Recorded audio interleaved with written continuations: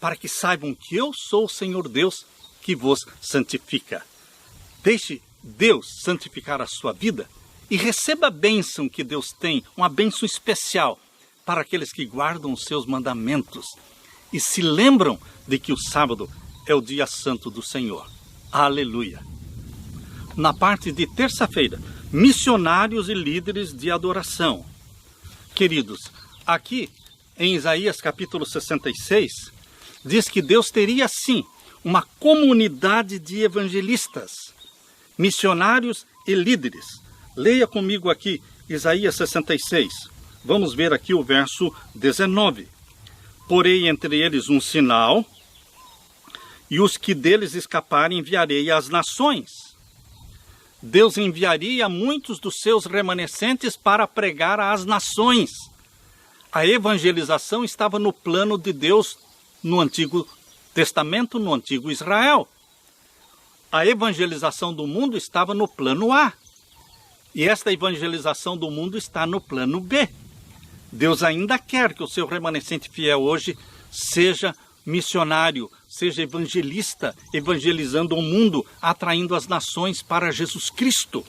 Por isso diz aqui, porei entre eles um sinal, e os que deles escaparem enviarei às nações, a Tarsis, a Pul, a Lude, Frecheiros, a Tubal e Javã, até as ilhas de mais longe, que não ouviram a minha fama, nem viram a minha glória, e anunciarão a minha glória entre as nações. Israel não cumpriu com esta missão, mas o Israel espiritual de Deus, você e eu, o remanescente de Deus, nós temos que evangelizar o mundo. Jesus disse em Mateus 24:14, e este evangelho será pregado em todo o mundo, em testemunho a todas as nações, tribos, línguas e povos, e então virá o fim. Nós temos que pregar pela palavra e pelo testemunho da nossa vida, pelo testemunho das nossas ações, pelo testemunho das nossas transações comerciais. Nós temos que estar pregando o evangelho, o amor de nosso Senhor Jesus Cristo, atraindo as nações, e anunciarão a minha glória entre as nações. Agora abra sua Bíblia em Colossenses capítulo 1, verso 23. Colossenses capítulo 1 e o verso 23.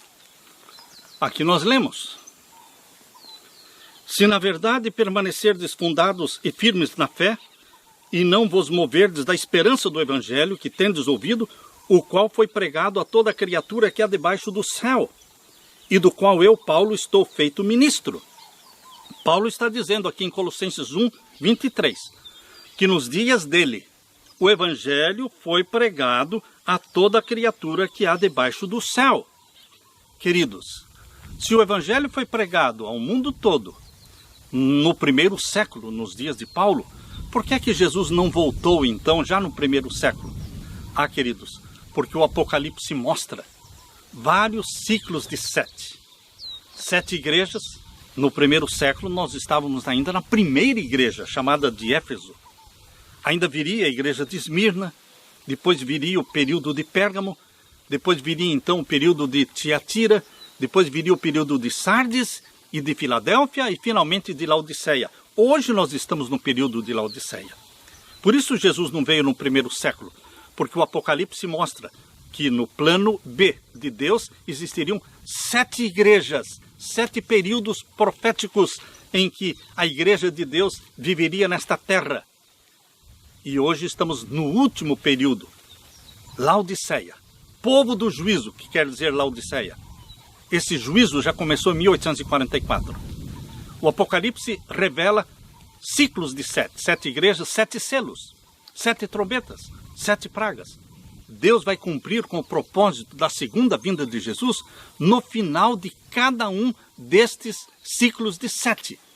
Jesus Cristo voltará no final da 7ª igreja, no final do 7º selo, no final da 7ª trombeta, no final da 7ª praga.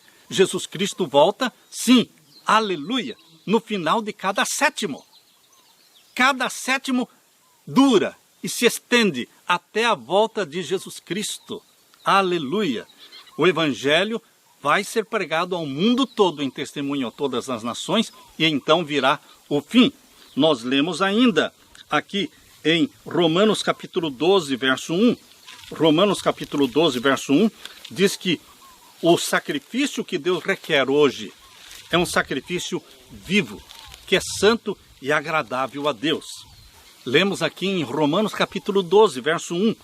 Rogo-vos, pois, irmãos, pela compaixão de Deus, que apresenteis os vossos corpos em sacrifício vivo. No Antigo Testamento, no santuário terrestre, os sacrifícios que eram apresentados eram sacrificados, mortos. Mas agora, queridos, Deus quer sacrifícios vivos, que não precisam ser mortos, não precisa derramar o sangue, porque o Cordeiro de Deus já morreu na cruz, já derramou seu sangue.